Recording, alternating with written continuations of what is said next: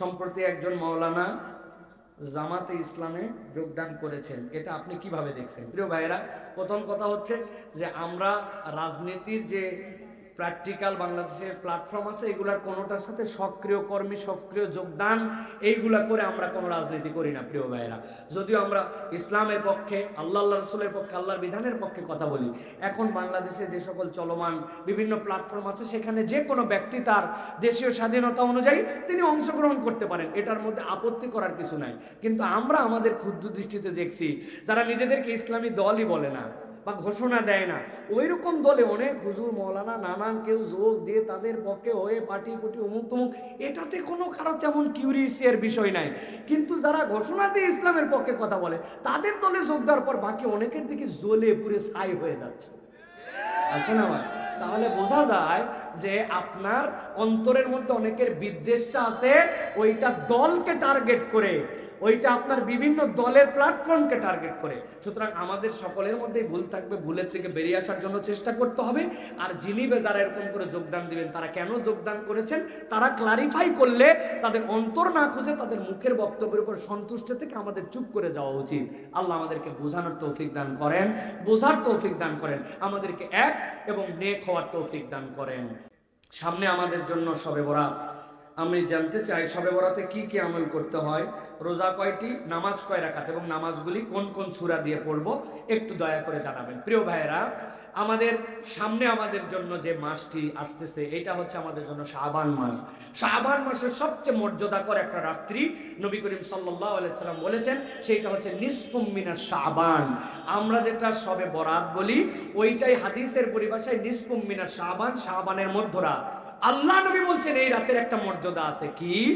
আল্লাহ রাব্বুল আলামিন আসমান থেকে বান্দার কাছে নেমে আসেন, এরপর আল্লাহ রাব্বুল আলামিন পৃথিবীর সব বান্দাকে আল্লাহ মাফ করে দেন। সুবহানাল্লাহ বলেন।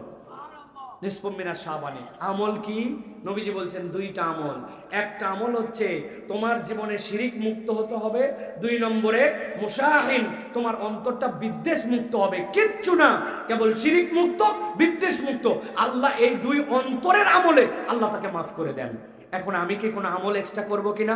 করতে পারেন, তবে তার আগে জানতে হবে, এক লোক নামাজই পড়তে পারে না, পঙ্গু হাসপাতালে শুয়ে আছে, এক লোকের ডাক্তার নিষেধ করে দিছে, তার ওষুধকে তো ইনজেকশন নিতে হয়, তার 3 ঘন্টার বেশি সে না খেয়ে থাকলে তার অবস্থা খারাপ, ওই লোক হাসপাতালে শুয়ে আছে, এখন সে কেমনে ক্ষমা পাবে?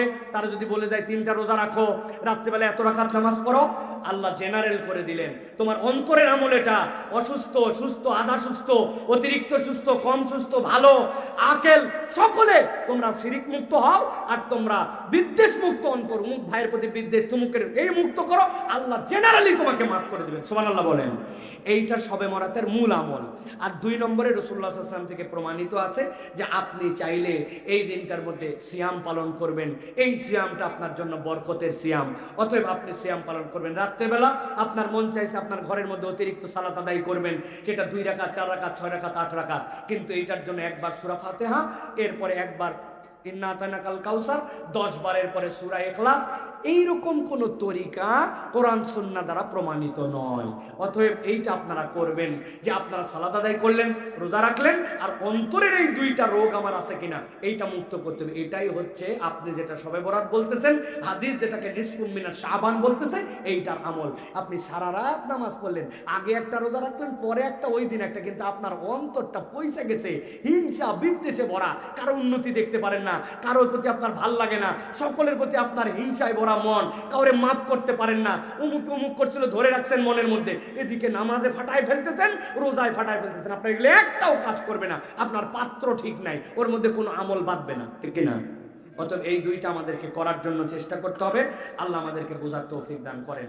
শবে বরাতে হালুয়া রুটি তৈরি করে মানুষের ঘরে ঘরে দেওয়া, নিজেরা খাওয়া কি রসমের আওয়াজ? কুমিল্লা অঞ্চলে এটার ব্যাপক প্রচলন আছে।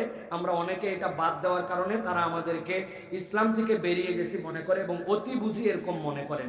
বিশেষ করে মহিলারা এগুলো করার জন্য স্বামীদেরকে অনেক সময় বাধ্য করেন, বিশেষ করে আমাদের এলাকায় এটি আছে, দয়া করে জানাবেন। প্রিয় ভাইয়েরা, প্রথম কথা ভাই, একটা হাদিস আপনাদেরকে জেনে রাখতে হবে। সেটা হচ্ছে নবী করিম সাল্লাল্লাহু আলাইহি ওয়াসাল্লামের কাছে আসার পরে জিজ্ঞাসা করছে, ইয়া রাসূলুল্লাহ আইয়ুল আমালি আফদাল, হে আল্লাহ রাসূল, দুনিয়ার সর্বোত্তম আমল কি? আল্লাহ নবী সাল্লাল্লাহু আলাইহি ওয়াসাল্লাম অনেক হাদিসের মধ্যে বলেছেন, ইতআমুত তুআম, মানুষকে খাওয়াও। আসমানের নিচে জমিনের উপরে যত নেক আমল আছে, মানুষকে খাওয়ানোর থেকে উত্তম আমল নাই। সুবহানাল্লাহ বলেন। কেউ যদি তার জীবনে বারাকা চায়, আমার সালাফরা বলতেন, চার পাওয়া জন্তুকে পানি খাওয়াও। অনেক দিন ধরে বরকত হয় না, সংসারে টানাটানি পুরায় না, যা রুজি করি কেন জানি আগায় না। চার পাওয়া জন্তু মানে কি? দুই পাওয়া জন্তু মানুষকে তো খাওয়ানি, কুকুর, বিড়াল, শুয়োর, গরু, ছাগল। আল্লাহ নবী সাল্লাল্লাহু আলাইহি ওয়াসাল্লাম যে খাওয়াতে বলেছেন, আম করে রেখেছেন ওইটা।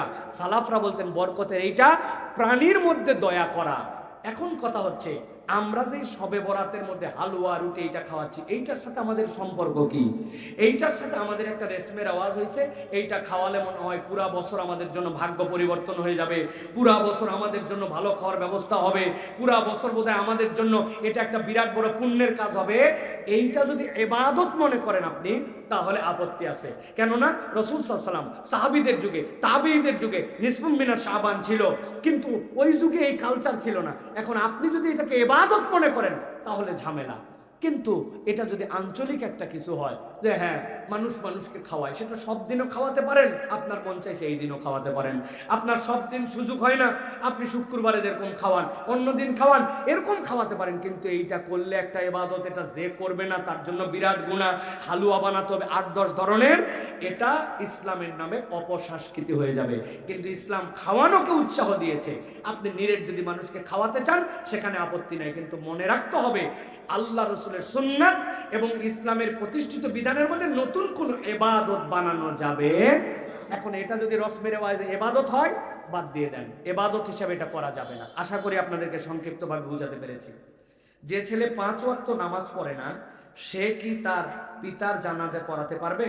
আমাদের এলাকায় এরকম ঘটনা ঘটেছে এবং অনেক মানুষ এই ছেলেকে আবার নামাজ পড়ার জন্য উৎসাহ দিয়েছেন। জিজ্ঞাসা হচ্ছে, সে নামাজ যদি পড়িয়ে ফেলে তার নামাজ হবে কিনা? প্রিয় ভাইয়েরা, এখানে 3টা দিক আছে। প্রথম দিক হচ্ছে ঈমান, ইসলাম আর বেঈমান, এর মধ্যে কুফর। এইটার মধ্যে পার্থক্য হচ্ছে সালাত। একজন মানুষ যদি সালাত না পড়ে, আমাদের আগেকার যুগের মানুষেরা, প্রথম যুগের মানুষেরা মনে করতেন নামাজ পড়ে না কে? বেঈমান। যে মুসলমান আমার নামাজ পড়ে, মুনাফিকও নামাজ পড়তো, জানেন? আল্লাহ নবীর সাথে মুনাফিকরাও নামাজ পড়তো, মুনাফিকই করতো, কিন্তু নামাজ বাদ দিত না। তাহলে উনারা পার্থক্যটাই বুঝতেন, নামাজ পড়ে না মুসলমান না, নামাজ পড়ে মুসলমান। তাহলে আমাদের মুসলমানিত্ব চিহ্ন সালাত, এটা বাদ দেওয়া যাবে না। দ্বিতীয় কথা যেটা, পিতার জানাজার জন্য সবচেয়ে বড় হকদার হচ্ছে সন্তান। পৃথিবীর সব টাকা পয়সা দিয়ে কোনো পৃথিবীর শ্রেষ্ঠ হুজুরকে ভাড়া করেও যদি আপনি, তার দিলের যে আবেগ হবে, আর সন্তানের জন্য যদি, পিতামাতার জন্য সন্তান যদি দাঁড়ায়, তার দোয়া যেটা কবুল হবে। নবীজি সাল্লাল্লাহু আলাইহি সাল্লাম বলেছেন 3 ধরনের দোয়া ফেরত দেওয়া হয় না। এর মধ্যে মজলুমের দোয়া, সন্তানের জন্য পিতামাতার দোয়া, পিতামাতার জন্য সন্তানের দোয়া, এইগুলা কবুল দোয়া, সেই হিসাবে হকদার সেই।